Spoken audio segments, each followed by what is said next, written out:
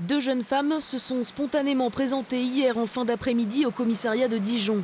Deux femmes qui étaient présentes au moment des faits, faisant partie de la bande rivale de la victime. Leur témoignage pourrait donc mettre les policiers hors de cause dans le décès d'Alexis. Ces deux jeunes femmes ont décidé donc de faire valoir leur témoignage pour indiquer qu'elles n'avaient pas vu les policiers frapper le jeune homme qui est décédé, qu'en revanche, elles avaient été témoins de violences portées sur ce jeune homme par une autre personne. Deux hommes âgés de 20 à 25 ans ont donc été placés en garde à vue suite à ces nouveaux éléments. Les analyses des images de vidéosurveillance très attendues par les enquêteurs n'ont rien donné. Les caméras n'étaient pas orientées sur la bagarre. Une bagarre qui aurait commencé au Beverly, un bar situé avenue du Drapeau.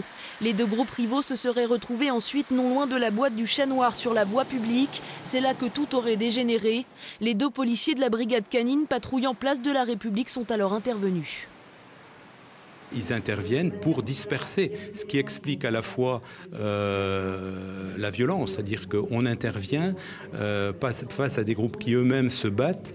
La parole ne suffit pas. Quand on est deux, ils sont 10, donc on utilise les moyens dont on dispose, un chien, un bâton, voilà. Donc mais on a des techniques normalement qui sont utilisées en ce domaine pour le bâton de défense en tout cas.